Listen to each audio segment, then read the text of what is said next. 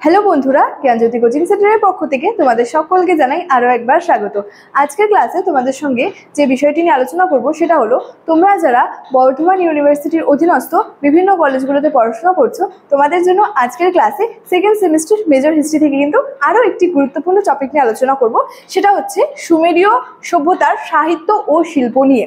তোমরা জানো তোমাদের সিলেবাসের মধ্যে কিন্তু বিভিন্ন বিষয়গুলি রয়েছে এবং সেখানের থেকেই কিন্তু এই সুমেরীয় সভ্যতা সম্পর্কেও কিন্তু তোমাদের সিলেবাসের মধ্যে রয়েছে। তো তোমাদের সেই সিলেবাসের মধ্যে থেকে কিন্তু এই সুমেরীয় সভ্যতার সাহিত্য এবং শিল্প নিয়ে কিন্তু আজকের ক্লাসে আলোচনা করব। এবং আজকের ক্লাসটি শুরু করার আগে তোমাদেরকে একটা ছোট্ট ইনফরমেশন দিয়ে রাখি।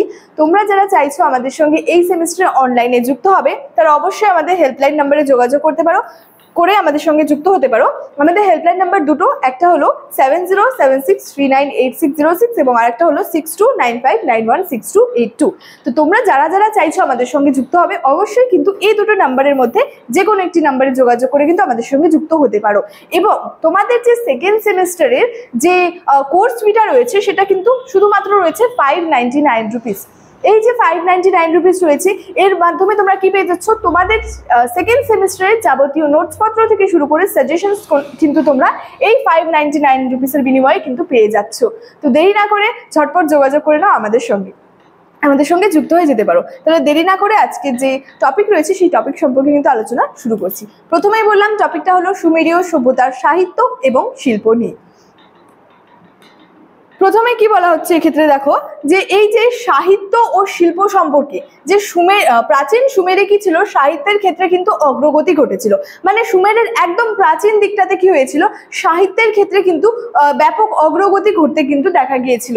তারা খ্রিস্টপূর্ব 2000 অব্দের কাছাকাছি সময় কি করেছিল, পৃথিবীর প্রাচীনতম সাহিত্য ও যে মহাকাব্য রয়েছে গিলগামেশ রচনা করেছিলেন। এখানে গিলগামেশ হবে, ঠিক আছে? তাহলে পৃথিবীর এই যে প্রাচীনতম যে সাহিত্য এবং মহাকাব্য কি ছিল, গিলগামেশ, সেটা কিন্তু রচনা করেছিলেন। এছাড়াও ধর্মকেন্দ্রিক ও রাজার যে জীবন কাহিনী নিয়েও কিন্তু সাহিত্য রচিত হতো। তাহলে এই যে মানে সুমেরীয় যে সভ্যতা রয়েছে, সেখানে কি দেখা যাচ্ছে, যে সাহিত্যের ক্ষেত্রে অগ্রগতি ঘটেছিল।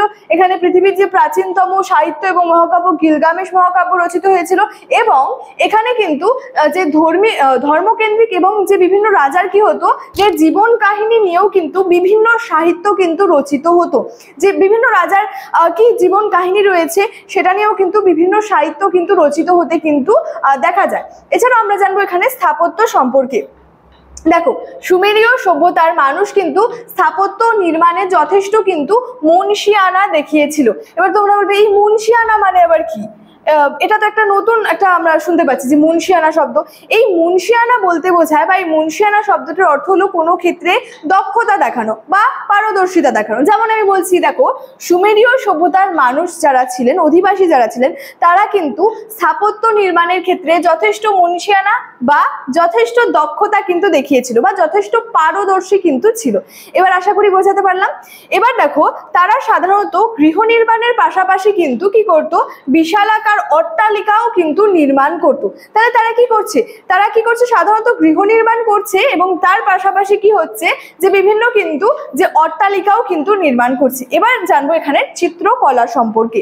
দেখো কি বলা হচ্ছে, সুমেরীয় সভ্যতায় বাড়ি ও মন্দিরের দেওয়ালে কিন্তু বিভিন্ন ধরনের চিত্র অঙ্কিত হতো। ঠিক আছে? তাহলে এখানে আমরা প্রথমে দেখলাম যে তারা কি করতো, সাধারণত গৃহ নির্মাণ করতো, গৃহ নির্মাণের পাশাপাশি তারা অট্টালিকা নির্মাণ করতো। তাহলে গৃহ নির্মাণ দেখা যাচ্ছে, গৃহ নির্মাণ তারা করতো।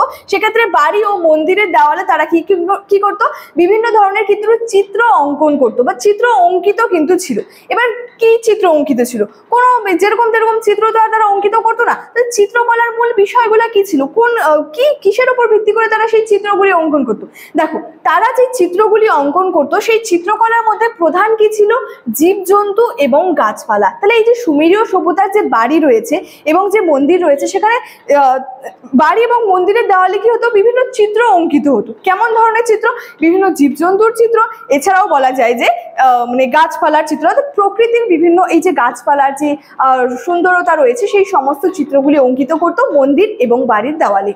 এবার আছে হচ্ছে শিল্প সম্পর্কে। দেখো এই শিল্প কিন্তু অর্থনীতির দিক থেকেও এই শিল্পের কিন্তু যথেষ্ট গুরুত্ব রয়েছে, অর্থাৎ অর্থনৈতিক জীবনের আরেকটি ভিত্তিও কিন্তু মানে অনেকগুলি ভিত্তি রয়েছে, কৃষিকাজ, ব্যবসা বাণিজ্য, পশুপালন এবং আরেকটি অন্যতম ভিত্তি কিন্তু এই শিল্প। তো এখানে শিল্প সম্পর্কে কি বলা হচ্ছে, সুমেরীয়রা বিভিন্ন শিল্পে কিন্তু দক্ষতা অর্জন করেছিল, অর্থাৎ তাদের পারদর্শী ছিল, তাদের দক্ষতার পরিচয় দেখিয়েছিল। এখানে বস্ত্র শিল্প এবং ধাতু শিল্প কিন্তু বেশ উন্নত ছিল।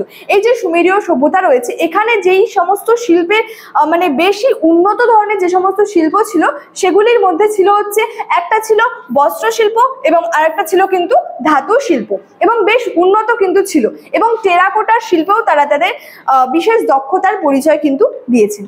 আচ্ছা, লাস্টে জানবো বিজ্ঞানের অগ্রগতি নিয়ে। এখানে বলা হচ্ছে সুমেরীয় সভ্যতার মানুষ বিজ্ঞানের কিছু কিছু ক্ষেত্রে কিন্তু অগ্রগতি ঘটিয়েছিল, অর্থাৎ সমস্ত দিক থেকে কিন্তু অগ্রগতিটা দেখানো কিন্তু সম্ভবপর হয়ে ওঠে না।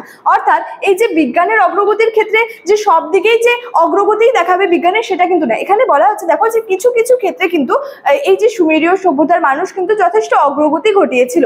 তারা চাকার ব্যবহার, এছাড়াও গণিত, জ্যোতির্বিদ্যা, চিকিৎসা বিদ্যায় কিন্তু দক্ষ ছিল। এই যে বললাম যে কিছু কিছু ক্ষেত্রে দক্ষ ছিল, তারা চাকার আবিষ্কার করে সেক্ষেত্রে দক্ষ ছিল, ব্যবহার করে সেক্ষেত্রে দক্ষ ছিল। গণিত, জ্যোতির্বিদ্যা, চিকিৎসা বিদ্যা, এই সমস্ত বিদ্যায় কিন্তু তারা যথেষ্ট কিন্তু দক্ষ ছিল। দেখো আজকের ক্লাসে তোমাদের সঙ্গে আলোচনা করছিলাম সুমেরীয় সভ্যতার সাহিত্য থেকে শুরু করে শিল্প নিয়ে, সেখানের মধ্যেও বিভিন্ন বিষয় নিয়ে আলোচনা করলাম। সেখানে স্থাপত্য নিয়ে, চিত্রকলা সম্পর্কে, শিল্প সম্পর্কে, বিজ্ঞানের অগ্রগতি সম্পর্কে, এই সমস্ত কিছু নিয়ে কিন্তু আজকের ক্লাসে তোমাদের সঙ্গে আলোচনা করলাম। এবং আজকের ক্লাস এতটাই ছিল, এবং সমস্ত রকমের ইনফরমেশন তোমাদের ভিডিওর শুরুতেই দিয়ে রেখেছি। তো তোমরা যারা যারা চাইছো আমাদের সঙ্গে যুক্ত হবে, তারা কিন্তু অবশ্যই আমাদের হেল্পলাইন নাম্বারে যোগাযোগ করে আমাদের সঙ্গে কিন্তু যুক্ত হয়ে যেতে পারো। আজকের ক্লাস এতটাই, দেখা হচ্ছে পরবর্তী ক্লাসে। তোমরা সকলেই ভালো থেকো, সুস্থ থেকো। Thank you so much, thanks for watching.